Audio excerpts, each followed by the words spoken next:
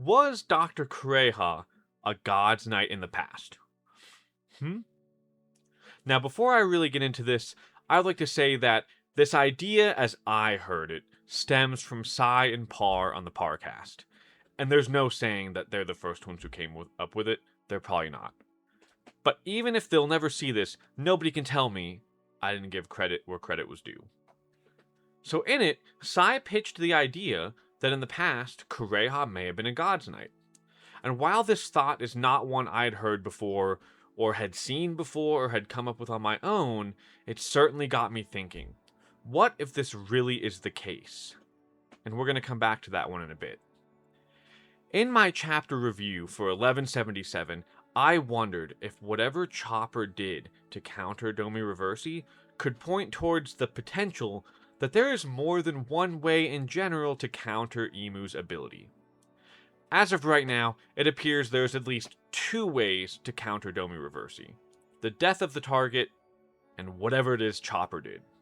We could throw Conqueror's Hockey into this mix too, as during the God Valley flashback, Roger and Garp pushed rocks out of Domi Reversi with an insane amount of said hockey, but for the purposes of this video in theory, we're going to shelf that one.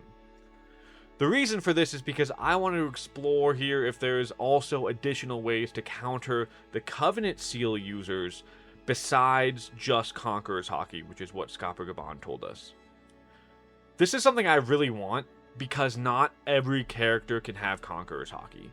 And if it turns out there are multiple methods of countering Emu's ability, i.e. Domi Reversi and the Covenant Seals, this would open the number of characters who could fight these individuals in the future to a much larger amount, right? We're not restricted to just Conqueror's Hockey users.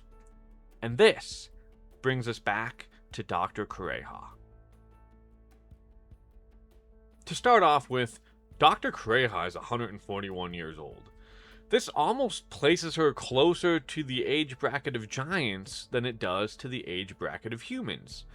And it also means that she has a lot of history, has seen a lot of the world, and really has been around long enough to possibly know some of its secrets. This would be especially true if she had at one point served as a God's Knight. But by now you might be wondering, what signs do we have that even point towards this? To that point, the first thing I would like to draw attention to is a spot in which she exuded pure aura. In chapter 146, Sanji asks Kureha if she is going to fight Wapul and his henchmen, to which she replies, "I suppose, if you can't handle it." Straight fire. A few panels later, she casually comments that Sanji is in trouble after blocking Marimo's static cling. And really, at no point during the fight with Wapul did Kureha really seem nervous or agitated by any of them being there. So to me, it seems like she was not only ready to throw hands, but also very, very capable. With this, we can infer that alongside her medical knowledge, she also has combat knowledge, and we can toss in here that she also holds knowledge about the Will of D. Now, we did not see her appear in flashbacks involving Roger. We did not see her at all in the God Valley flashback involving Rocks. And while she could have easily become proficient with combat on another pirate crew or in another fashion, the same would be true if she at one point had served as a God's Knight, which also happens to be the faction we can assume has been around the longest. Like, the God's Knights as a single group have been around longer than any other individual group that exists in the One Piece world.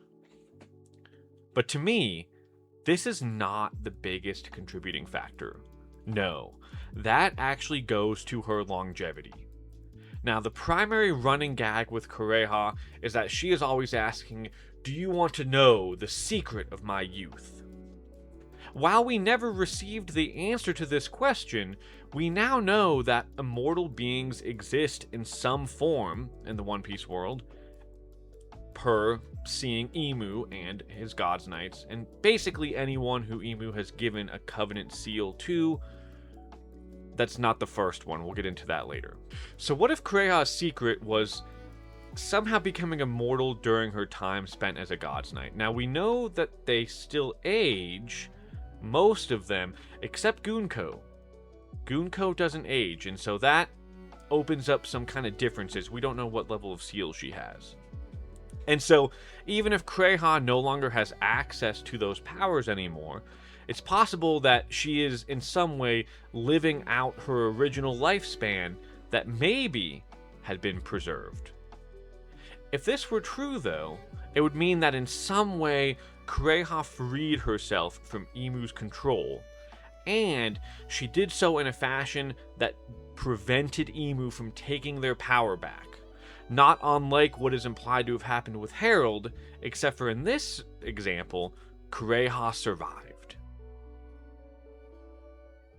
We recently learned that the Covenant contract exists in 3 forms: the Shallows Covenant, the Depths Covenant, and the Abyssal Covenant. Now, based on what Shanks told us, both the control by Imu and the granted effects ramp up with each one. The 2 that grant immortality in some way are the Depths Covenant and the Abyssal Covenants held by the God's Knights and the Gorosei respectively. Now for this video, let's assume Kureha had the Depths Covenant, as she did still age, like we see with Sommers. And we also learn from Shanks while seeing through Harold that this level grants access to powers like regeneration, but it also instills a quote-unquote unbreakable tie to Imu that allows them to control or influence the individual from anywhere.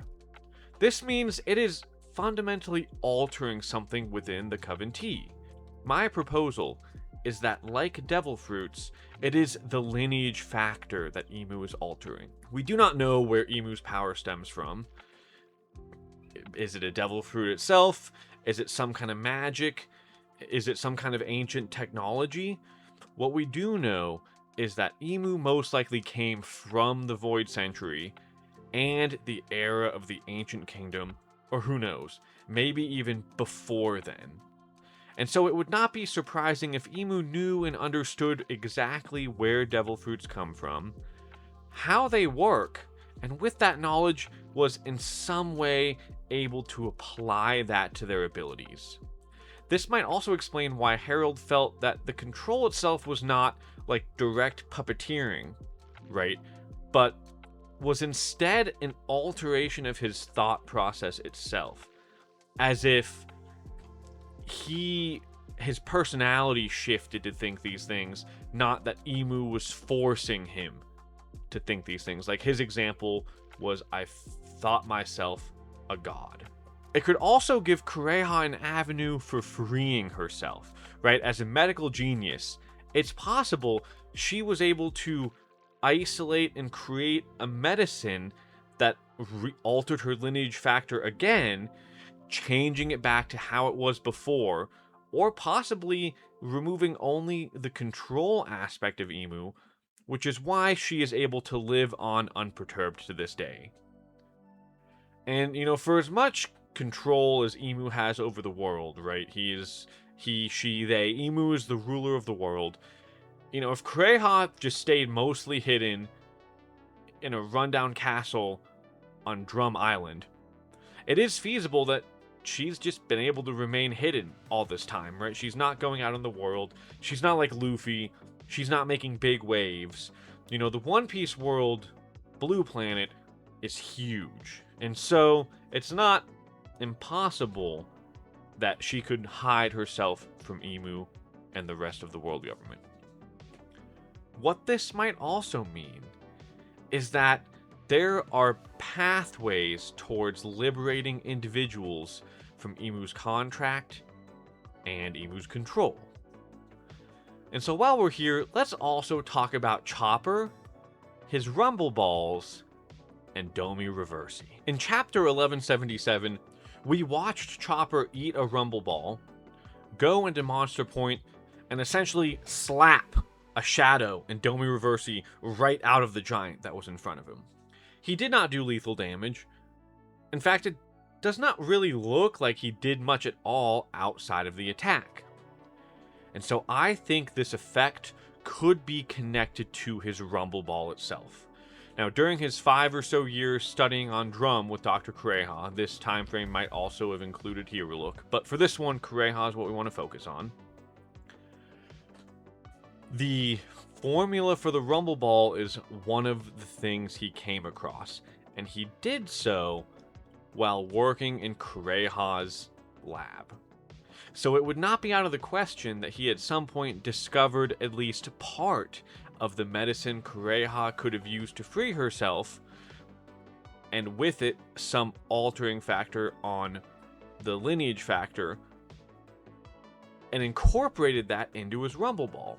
We've also heard that, it might not be affecting the lineage factor of his devil fruit as well, but it could also be affecting the wavelengths of his devil fruit, which is what led the rumble balls to his varying transformations. So there's really 2 potential things. That's 4. There's really 2 potential things going on here. It could be a base form alteration of the lineage factor, which might also tie back to how Kureha might have freed herself, but also the potential wavelengths. And so we're going to focus on that too. With this, we actually also know that he was able to develop a rumble ball specifically for minks that allows them to access their Sulong form without the moon. How did he do that? Maybe that's also an alteration, a temporary alteration to the mink's lineage factor, or it could also have something to do with those wavelengths we mentioned before. And so I believe this might also be why Chopper is able to affect Domi Reversi, as the way it alters someone might be similar to the way Chopper alters himself, right? If Domi Reversi and the Covenant Seals are maybe changing something similar within the person, and Kureha's medicine was able to counteract that in some fashion, it would stand to reason that it's possible that Chopper's rumble balls can counteract that in some way as well. But how would it travel, right? Like, how would he be, the rumble ball is something he ingests, right? So how would that be transmitted to somebody else? And here we're going to touch on wavelengths in general. Now, in our world, I'm going to use light as an example. The electromagnetic spectrum spans far beyond what we as humans can see. Our eyes evolved only to see the visible light spectrum, which is this little slot right in the middle. Now, visible light is also blocked by opaque surfaces, such as our skin. That's why you see my skin color, you don't see inside of me. Okay? But not all the wavelengths of light within the spectrum behave this way. As an example, we're going to look at X-rays. X-rays pass right through our skin, but not our bones. This is a big part of why they can be used in the medical field, and why, or like dentistry, and why teeth and bones show up in them, right? The X-rays completely ignore our skin and our flesh and the water, but they can't ignore the bones, and so that's why in an X-ray, you don't see any of the stuff around it, you just see the skeleton or the teeth. Like visible light, X-rays have their own wavelengths. Granted, theirs are much shorter, but they do have a wavelength associated to them. The takeaway here is that if the wavelengths Chopper's rumble balls might be affecting are able to pass through him and others, it is not impossible that during a directed attack, he might be inadvertently pushing said wavelengths through his opponent. But maybe like with X-rays in our bones, the shadow, or Domi Reversi, or whatever Emu is changing to the individual, is not something that the wavelengths his rumble ball is affecting can ignore. And so they get hit, right? And so it passes through most of the person's body, like X-rays pass through us.